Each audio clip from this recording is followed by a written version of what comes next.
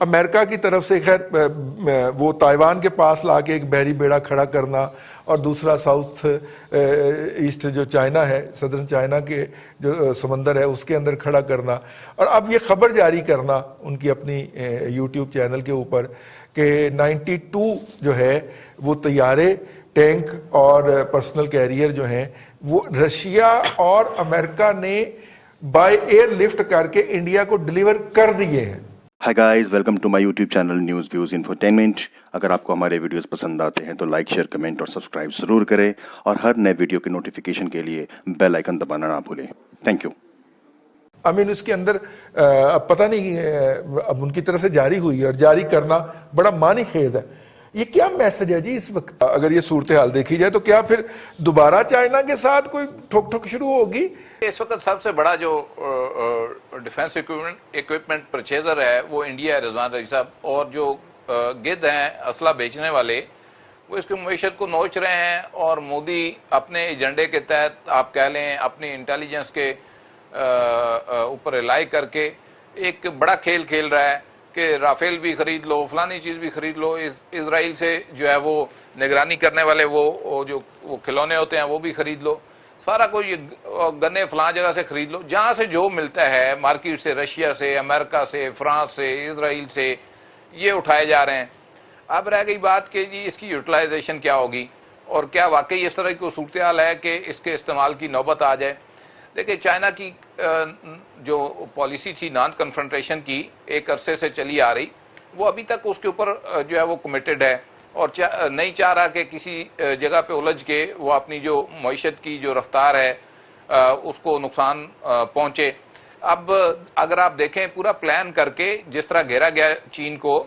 ان کی معیشت کو نقصان پہنچانے کے لیے انڈیا کے اندر جو ہے ان کی کمپنیز کو بین کیا جا رہا ہے، امریکہ کے اندر کیا جا رہا ہے، باہر جو ہے ان کے پروجیکٹ کینسل ہو رہے ہیں، ہواوے کے حوالے سے جو ہے وہ معاملات اٹھ رہے ہیں۔ تو یہ وہ بیسیکلی یہ وہ خوف ہے جو کہ امریکہ اور اس کے الائز کے اندر پایا جاتا ہے، ان کی جو ایمرجنگ اکنامک پاور ہے چائنا کی، اور خطے کے اندر جو بدلتی ہوئی صورتحال ہے، جس طرح سے یہ ایران کو ساتھ لے کے چل رہا ہے، پاکستان میں پروجیکٹ چل رہا ہے، پھر نیپال کو ساتھ ملایا، رشیا کے ساتھ کلوز ٹائز ہیں۔ تو بیسیکلی اب یہ جو ایک آپ کہہ لیں ردم بنا تھا، اس کو خراب کرنے کے لیے ایک نئی کوشش جو ہے وہ شروع ہوئی ہے، اور اس میں جو مختلف ممالک ہیں ان کو ڈکٹیٹ کرنے کی کوشش کی جا رہی ہے، جن میں خود ہم پاکستان بھی شامل ہے کہ جی آپ ایک سائڈ چن لیں۔ جو واضح میسیجز اور اشارے سگنلز آ رہے ہیں وہ اسی لیول کے آ رہے ہیں۔ تو دیکھیں یہ ساری صورتحال کے اندر انڈیا جو ہے اسکیپ گوٹ بننے جا رہا ہے بنیادی طور پہ۔ ان کی معیشت جو ہے ایک تو ان کو اسلحہ بیچیں گے، اپنی ڈوبتی ہوئی معیشتوں کو سہارا دیں گے، اور اس میں سب سے زیادہ جو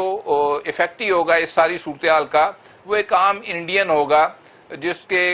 لیونگ سٹینڈرڈ کے اوپر کمپرومائز کر کے اتنی بڑی ڈیفنس پرچیز اور موومنٹ جو ہے وہ مودی اور اس کی جو آرمی ہے اور امت شاہ اور یہ اجیت ڈوول کروا رہے ہیں، یہ بیسیکلی ان کو کاسٹ کرے گا ہندوستانیوں کو، اور اس کی جو آگے ان کے اپنے اوپر اثرات آئیں گے، کھینچا تانی جو شروع ہوگی سوسائٹی کے اندر، اور جس طرح کے وہاں پہ بھی جو ہے پتہ نہیں کو ہوا چلی ہے، جیسے ٹڈی دل یہاں سے وہاں گیا، ان کی انٹیلیجنس بھی اب بندے توڑ توڑ کے کانگریس کے راجستھان سے وہ اس کو سچن پائلٹ کو توڑا گیا 40 MLA سمیت،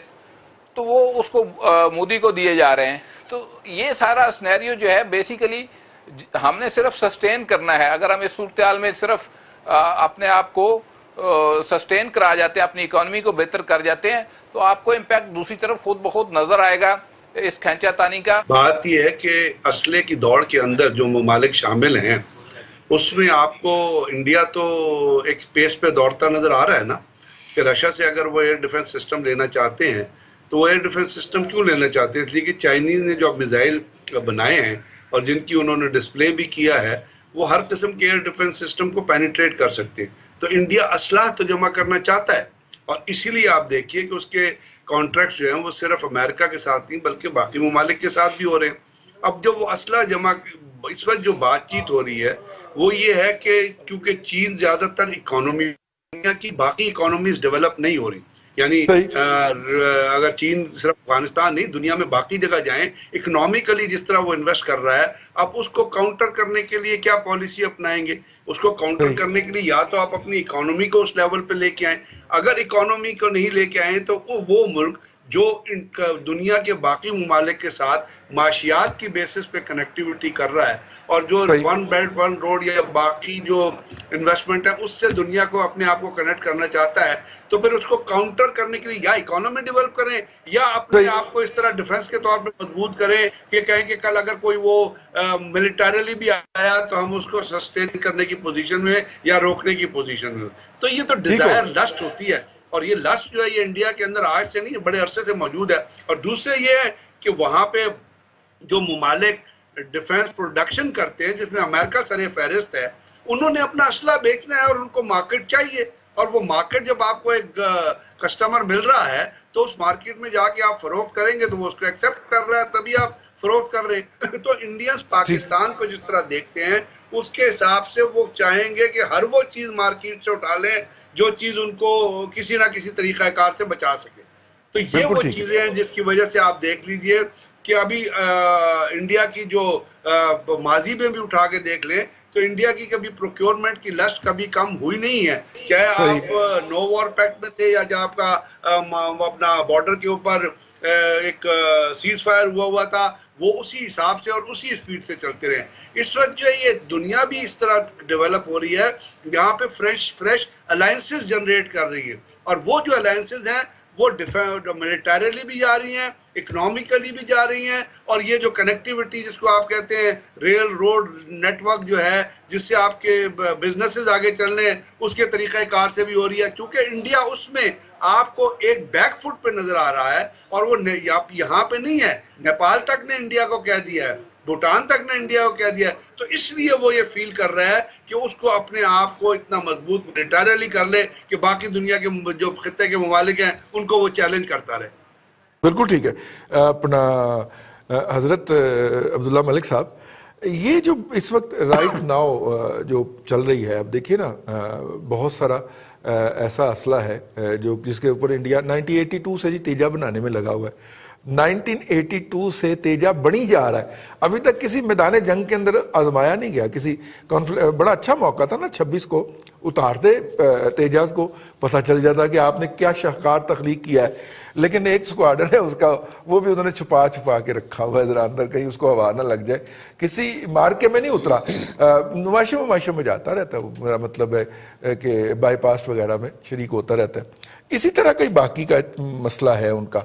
تو بہت زیادہ گیپ ہے انڈیا کو اپنی اوورال ڈیفنس ٹیکنالوجی کو اپ گریڈ کرنے میں اور وہ گیپ اتنا زیادہ ہے کہ بہت زیادہ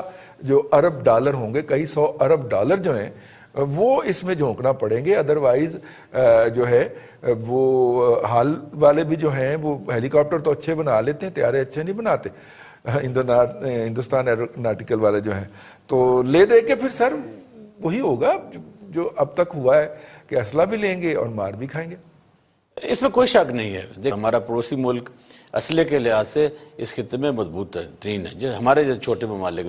ساؤتھ ایشیا میں. لیکن میں آپ کو ایک بات بڑی اہم کر لوں جو ایشو بڑا اہم ہو گیا. دیکھیں پچھلی 2 دہائیوں میں امریکہ نے افغانستان عراق لیبیا شام مصر ایران جنوبی کوریا تک کیا کیا کہ تباہی کے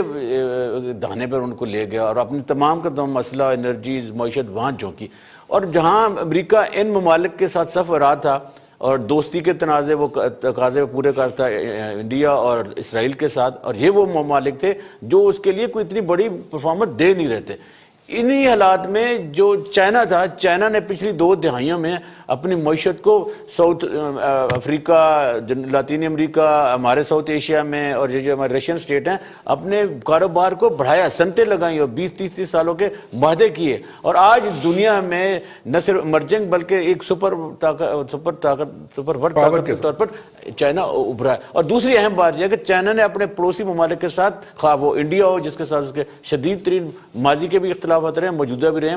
دوستی کی اور نہ صرف دوستی کی بلکہ ٹریڈ بڑھائی ہے. اور یہی تقاضا ہے کہ آج امریکہ جو ڈیفنس کے اور اسلحے کی بنیاد پر طاقت کے زور پر دوسرے ممالک پہ حملہ کیا کرتا تھا، لوگوں کو الایا کیا کرتا، آج ایسولیشن، اور نہ صرف ایسولیشن بلکہ اس کے اندر اپنے اندر ملک کے اندر سے ایسی لہریں اور ایسی اٹھ رہی ہیں آوازیں کہ شاید رشیا جیسے حالات وہاں بھی ہو جائیں۔